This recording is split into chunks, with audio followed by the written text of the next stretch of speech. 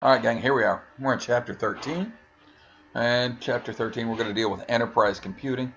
Now, we're going to understand Active Directory when we're done, how to use group policy to control Windows 10, describe enterprise deployment tools for Win 10, and use enterprise management tools for Win 10. You need to be able to configure enterprise file services for Windows 10 as well. And when it comes to Active Directory, it expands domain concept by linking domains and logical structured name trees, as well as multiple trees into forests. Domain controllers, they're servers holding a copy of Active Directory information. They authenticate users when they log into a workstation. They respond to requests for other domain information such as printer information or application configuration. The Active Directory structure, it's a domain, central security database used by all computers that are members of the domain. Information about the users and computers are there, as well as Active Directory uses the same naming convention for domains and objects as DNS. So we've got organizational units. Each domain can be subdivided into an OU. They allow you to organize the objects in a domain, and they can be used for delegating management permissions. So here we are, it's the Active Directory users and computers. So an OU can also be used to apply group policies. Now, trees and forests, they create a more complex AD structure by combining multiple domains into a tree. You can have multiple trees that are combined to create a forest. When multiple domains exist in a forest, trust relationships are automatically generated between the domains. So here we go, we've got domains, trees, and trusts. Now we've got server roles within Active Directory. Windows servers can be either a member or a domain controller itself. You can be a member server or a domain controller. Member servers are integrated into Active Directory, and they can participate in the domain by sharing files and printers with the domain users. Windows 10 computers, they integrate into Active Directory in the same way as member servers. And when it comes to Active Directory partitions, Active Directory is divided into manageable units.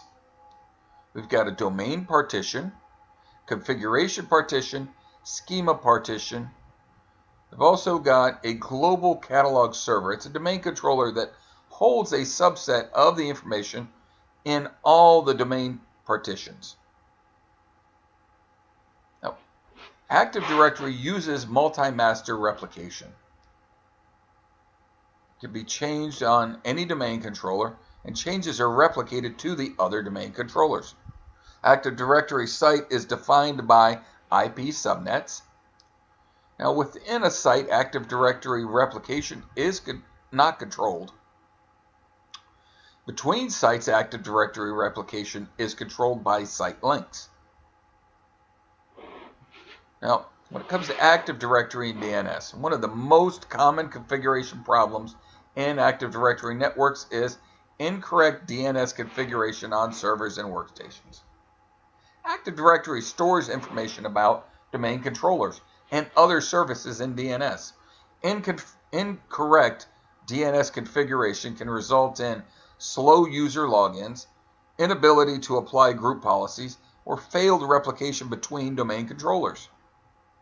If you're going to join a domain, when a workstation joins a domain, it's integrated into the security structure for the domain.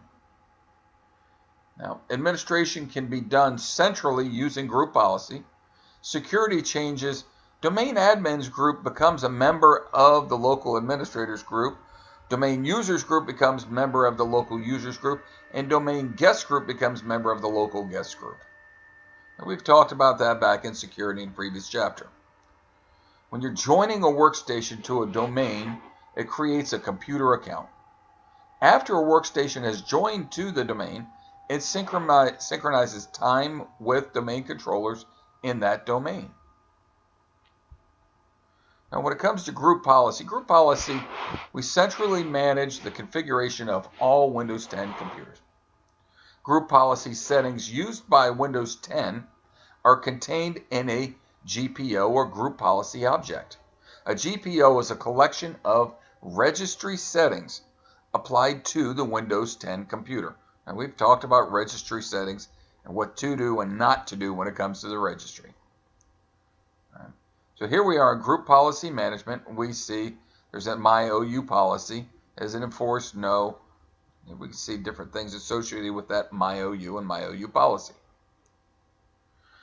Settings in a GPO are divided into user settings and computer settings. User settings are applied to any user accounts in the OU. Computer settings in a GPO are applied to any computer accounts in the OU. Now there's group policy inheritance. Group policy objects can be linked to the Active Directory domains, OUs, and Active Directory sites. Each Windows 10 computer can have local group policy objects. GPO, they're applied in the following order. First is local computer, site, domain, parent OU, and child OU. All individual GPO settings are inherited by default. At each level, more than one GPO can be applied to a user or a computer. Determining which policy settings to apply. If no conflict, the settings for all policies are applied. If there's a conflict, later settings overwrite earlier settings. And if the settings in a computer policy and user policy conflict, we apply the settings from the computer policy. All right, let's pop on through here. Now, things to configure with the group policy preference include ODBC, data sources, enable and disable devices, printers, drive mapping, scheduling tasks. That's a bunch of stuff we can do when it comes to group policy. We've got multiple local policies. You can create a local GPO for any local group or local user. You cannot create a local GPO directly for domain users. Now that's got to be done at a domain level, not at a local level, and that's administrative. You can use group policy to define specific device types that are allowed or not allowed on the computer. You can identify the devices, device identification strings, and device setup classes are used to describe how the installation should be performed. So let's say we're going to install this device. Here's the properties associated with it and all the values associated with it. So these are the hardware IDs for a hard disk. Now when it comes to device installation, we've got varied restrictions that we can set up, whether it's configured, not configured. We've got removable storage access when it comes to installation on group policy settings. We've got enterprise deployment tools. To deploy Windows 10 quickly, we can automate the deployment process. Chapter 2, we talked about that, how to go about it with sysprep and pushing out an image. All right. We've got the user state migration tool, and it migrates user settings, documents, and application configuration settings. There's a command line interface and a GUI, and you can push out that data or those settings. So we'll go through scan state, collect settings, and then load state. We've got the source computer, scan state hits the server, load state sends it out to destination. Okay. So we've got Windows Deployment Services. Kind of talked about this to a degree in the past. It's used to deploy operating system images over the network. WDS can be managed by using the WDS management tool or WDS util command line utility. Okay. So when it comes to WDS, we've got images. We've got an install image, a boot image, a capture image, and discover image.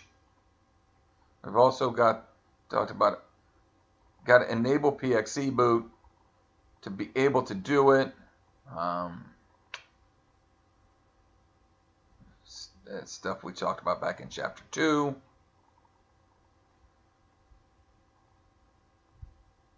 Okay. The System Center Configuration Manager, SCCM, that's a solution for Microsoft to control the configuration of Windows computers. The main tasks that you can accomplish with SCCM is inventory, standardized configuration, software deployment, operating system deployment, and software updates. We've dealt with the MDT in the past. You can use MDT with the SCCM and WDS or on its own. So Winton allows the operating system to be installed to and booted from a virtual hard disk instead of using a normal disk partition. Now it's useful for power users in large enterprises with a virtualized desktop environment.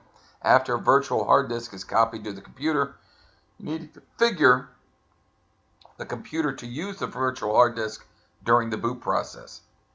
Use the BCD boot command line tool, and that'll get you where you need to be when it comes to the boot up. So Microsoft provides a Microsoft Desktop Optimization Pack for customers who purchase software assurance. Also got Windows Server Update Services. It's a server component. It contacts Microsoft Update, downloads updates rather than each client computer downloading the updates. Server side grabs the updates and lets them know and can push them out all at once. Okay, and here's a graphic of it. Microsoft sends the update to the internet. The server goes and fetches it, notifies the administrator exists, and then we can push them out however we want to push them out. So we've talked about BitLocker in the past. We can monitor and administer BitLocker. It's used to simplify deployment and management of BitLocker, MBAM is, and BitLocker's enabled individually on each computer by default. There's no centralized management of BitLocker except for recovery of passwords. Okay. But be careful with BitLocker and what we're using and how we're using it, especially when it comes to classroom environment. So we've got the user experience virtualization. It provides user state virtualization similar to roaming profiles. To implement UEV, install the UEV agent on the computer you want to allow synchronization to. Just configure the group policy settings to configure the client. Two important settings are setting storage location and setting template catalog location. We've got Enterprise File Services, EFS, and file sharing in Windows provides high level of control for security. That's all using NTFS.